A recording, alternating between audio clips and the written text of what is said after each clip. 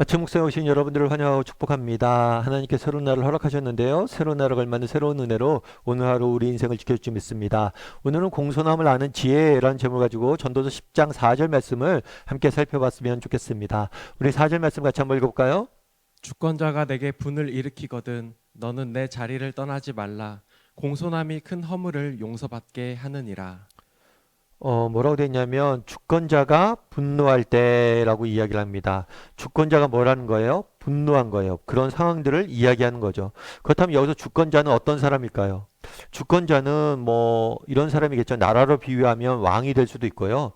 또 직장 내에서는 상사가 될 수도 있고, 또 학교에서는 선생님이 될 수도 있고, 또 집에서는 부모가 될 수도 있겠죠. 그래서 높은 사람이 더 가리키거나 높은 위치에 있는 사람이 분노를 할 때가 있다는 거예요. 분노를 일으킬 때. 그 분노의 원인이 뭐가 될까요? 왜 분노할까요? 뭐 분노하는 이유는 여러 가지가 있을 수 있겠죠. 무엇보다도 우리의 잘못 때문에 분노할 수도 있겠죠. 또 오해 때문에 분노할 수도 있겠죠. 아니면 주권자의 성격 때문에 분노할 수도 있겠죠. 원래 그 화를 잘 내는 사람일 수도 있어요. 또 혹은 우리가 알 수 없는 이유로 분노할 수 있다는 거예요. 특별히 그런데 오늘 본문에 보면 큰 허물이라고 했을 때 분노 부권자가 분노했던 게 우리의 어떤 잘못으로 인해서 정말 우리보다 높은 사람이 분노했을 때를 의미하지 않나라고 추정은 해볼 수 있어요. 그러면 주권자가 분노했을 때 어떻게 하라고 이야기를 해요? 너는 내 자리를 떠나지 말라. 공손함이 큰 허물을 용서받게 하느니라. 자리를 떠나지 말라라고 이야기를 합니다. 이것은 단순히 그곳에 머물라 라는 의미가 아니에요. 그러면 내 자리를 떠나지 말라라는 말의 의미는 뭘까요? 그것은 감정적으로 반응을 보이지 말라는 거예요. 사실 우리가 이 땅을 살다 보면 어떤 사람이 감정적으로 우리에게 반응을 볼 때가 있습니다. 분노할 때도 있고 여러 가지 감정을 표출할 때가 있어요. 그럴 때 이 분노에 대해서 이 감정에 대해서 뭐 하지 말라는 거예요? 감정적으로 대하지 말라는 거예요. 그래서 우리가 계속해서 어리석은 사람과 지혜로운 사람이 어떤 사람이냐라고 전도서 기자는 이야기하고 있는데 어리석은 사람의 특징이 뭐가 있냐면 감정적이란 감정적. 오늘 주권자가 분노를 일으켰다고 그랬는데 이것도 마찬가지예요. 원인이 무엇일지 모르겠지만 주권자 역시 분노하고 감정적으로 일처를 낸다면 그 역시 어리석은 사람이에요. 어리석은 사람의 특징은 뭐냐면 감정적이란 거예요. 사실 여러분 감정은 좋은 것일까요? 나쁜 것일까요? 여러분 감정은 좋은 것이에요. 정말 하나님께서 우리의 감정이라는 걸 준 것은 이유는 뭐냐면 감정은 정말 우리의 삶을 풍요롭게 하는 기능들이 있어요. 그래서 감정은 소중히 다루어야 되고 서로의 감정을 인정해 줘야 되고 서로의 감정을 존중해 줘야 돼.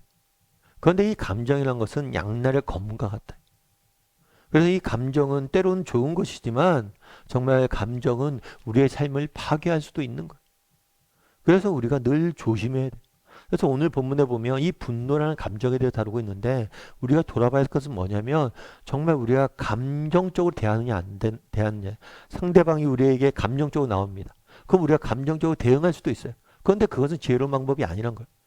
반대로 내가 다른 사람에게 먼저 감정적으로 무엇인가를 반응을 보일 수가 있어요. 이건 역시 지혜로운 방법이 아니란 거예요. 그래서 우리가 감정적으로 되지 않도록 조심하라 라고 이야기하는 거예요. 그럼 우리가 어떻게 하면 감정적으로 대응하지 않을 수 있을까요?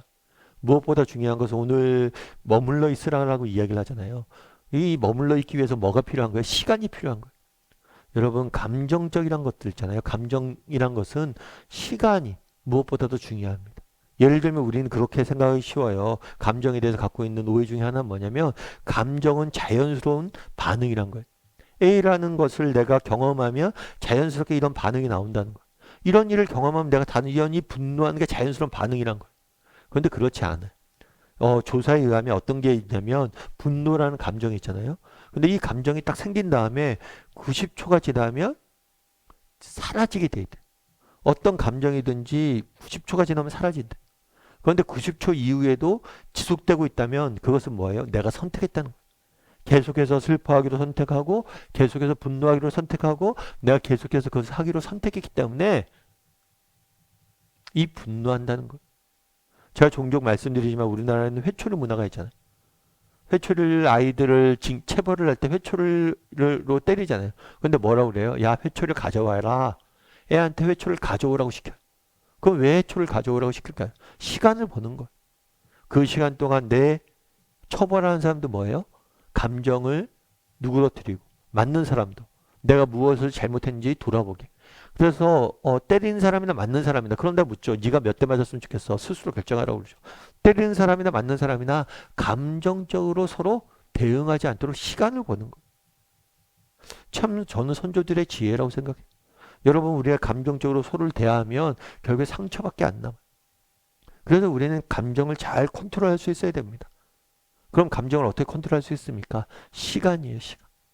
어떤 감정이 일어났을 때 즉각적으로 반응을 보이지 말고 시간을 확보하는 거예요. 내가 시간을 확보하는 거예요. 그래서 감정을 보일 수 있죠. 느낄 수 있고 표출할 수 있어요. 하지만 시간을 지난 다음에 무엇인가를 결정해야 돼요. 그래서 시간을 정말 뭘 해야 돼요? 컨트롤할 수 있어야 돼요. 시간을 보낼 수 있어야 돼요. 그래서 감정이 일어났을 때 어떤 감정이든지 감정이 일어났을 때 즉각적으로 반응 보이지 말고 쉬고 시간을 가지세요. 또 한 가지 우리의 감정을 다루는 보다 중요한 방법이 있어요. 그건 뭐냐면 우리의 감정을 하나님께 가져가는 거예요. 그래서 우리가 아침 묵상하는 것도 그 이유 때문에 그래요. 정말 아침 묵상할 때 우리 기도하잖아요. 그럴 때 정말 하나님 내가 힘듭니다. 어렵습니다. 이런 문제들이 있습니다. 우리의 감정을 다 털어놓으세요. 하나님 슬픕니다. 제가 분노했습니다.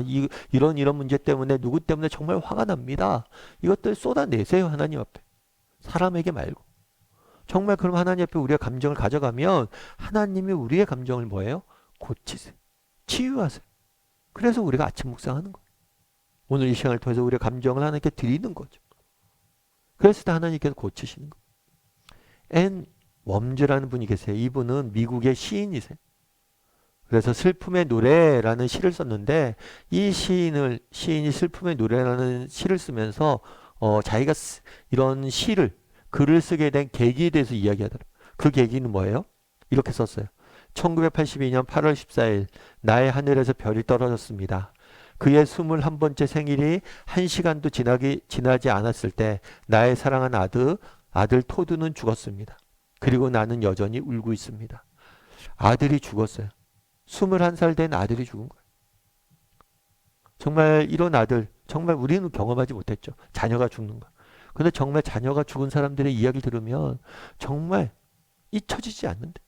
가슴에 평생을 남는데. 그래서 뭐라고 이야기해요? 나는 여전히 울고 있습니다. 너무나 큰 슬픔이 찾아온 거예요. 그런데 이 앤 워즈라는 사람에게 어떤 목사님이 찾아와서 그런 얘기를 했대요. 이렇게 지금 느끼고 있는 이 슬픔과 이 아픔을 하나님께 가져가라. 그리고 하나님 앞에 그걸 써내려보라고. 자신의 감정. 솔직히 써내보라고. 그래서 자기가 느꼈던 이 슬픔들 쭉 적어놨어요. 그래서 그게 나중에 시책으로 이렇게 나온 거거든요. 그리고 책의 말미에 이렇게 써 있어요. 책에는 어떤 성경 구절에 써 있냐면 애통하는 자는 복이 있나니 그들이 위로를 받을 것이요. 애통하는 자는 복이 있나니 그들이 위로를 받을 것이요. 자기가 그 큰 슬픔 가운데 정말 슬픔의 노래를 짓고 슬픔의 노래를 쓰면서 내린 결론이 뭐예요? 애통하는 자는 복이 있나니 하나님이 위로하실 것이다. 우리가 일단 살다 보면 우리는 다양한 감정들을 느끼게 됩니다. 때로는 분노할 수도 있어요. 때로는 슬픔에 빠질 수도 있어요. 때로는 여러 가지 우리 가운데 상처가 생길 수 있어요. 마음에. 그것들을 하나님 앞에 가져가십시오. 그럼 하나님께서 그 감정을 치유하실 거예요. 오늘은 감정의 문제에 대해 좀 다뤄봤습니다. 오늘 하루 세상 속에 살아가는데 좀 덜 감정적인 사람이 되었으면 좋겠어요. 정말 감정적인 반응을 조금 자제하는 사람이 되었으면 좋겠어요. 왜냐하면 감정은 상처만 남기기 때문이에요. 감정적으로 반응을 보이면. 그래서 그럼 어떻게 해야 됩니까? 좀 시간을 좀 버세요. 뿐만 아니라 그 시간을 벌었을 때 뭘 하냐면 하나님께 기도하세요. 하나님께 가져가세요. 여러분의 감정. 그럼 하나님께서 여러분들을 치유하실 겁니다. 그런 믿음을 가지고 오늘 하루 살아가는 저와 여러분이 되기를 주님의 이름으로 소원합니다. 오늘 이 시간 함께 오늘 말씀 기억하면서 기도했으면 좋겠습니다. 오늘은 감정에 대해서 좀 다루어 보았습니다. 정말 나는 감정적인 사람은 아닌지, 감정적으로 반응을 보이고 감정적으로 내가 행동하는 사람은 아닌지, 정말 내게 일어난 사건에 대해서 다른 사람에 대해서 감정적인 반응을 보이는 사람은 아닌지 돌아보게 도와주시고 또 도와달라고 돌아볼 수 있도록 도와달라고 기도해 주시고 또 정말 우리에게 그런 여러 가지 감정들이 찾아왔을 때 정말 잠시 시간을 내서 그것들을 하나님께 가져갈 줄 아는 사람이 되게 해달라고 하나님이 가져가면 하나님께서 치유해 주실 거예요. 그래서 우리의 감정을 솔직히 하나님 앞에 내려놓고 가져갈 줄 아는 사람이 되게 달라고 이 시간 함께 기도해 주시고, 또 기도하실 때 정말 오늘 하루 하나님께서 우리 인생을 지키시고 보호해달라고 한 목소리로 같이 기도하도록 하겠습니다. 같이 기도하시겠습니다.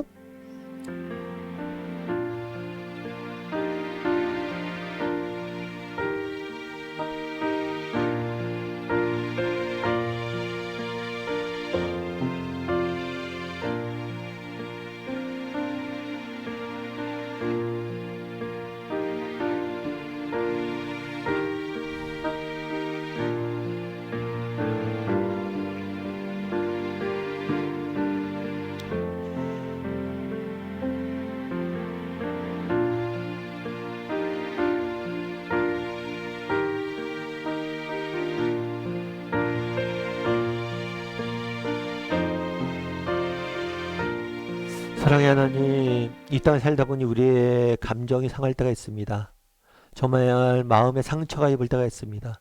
그럴 때라도 우리가 감정적으로 대응하지 않게 도와주시고, 그럴 때라도 정말 우리의 감정을 잠시 멈추어 하나님 앞에 가져나가게 도와주시고, 그것들을 통해서 정말 우리의 감정을 치유하시고 우리의 감정을 회복시키는 하나님의 은혜를 맛볼 줄 아는 우리 모두가 될 수 있도록 주여 붙잡아 주시옵소서.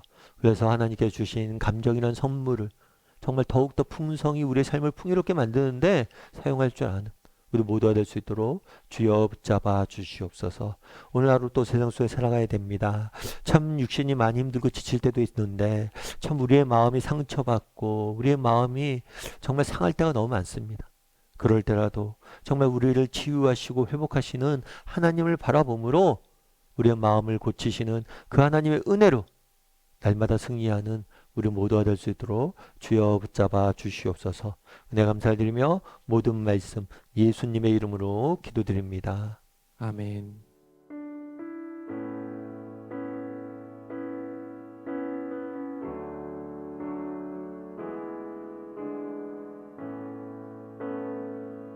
주님은 내 호흡,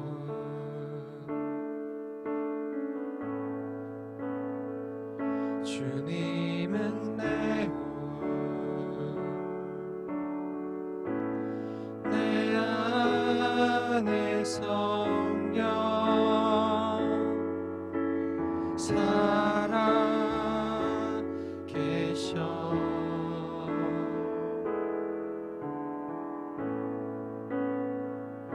말씀은 내 양식,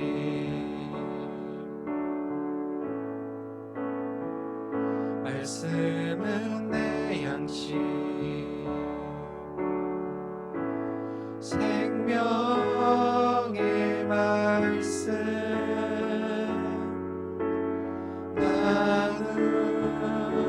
나누시네. 오 나의 주, 난 갈망해요.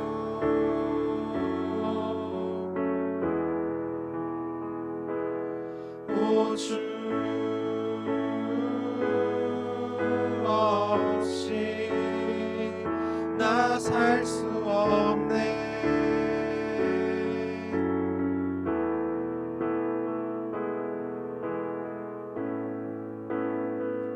주님은 내 호흡,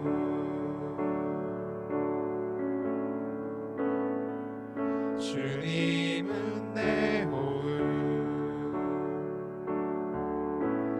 내 안에 성령 살아 계셔.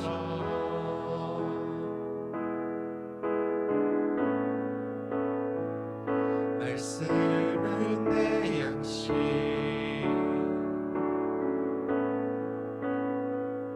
말씀은 내 양식,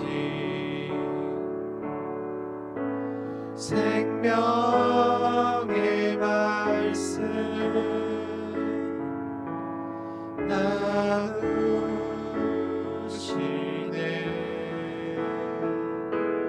오 나의 주,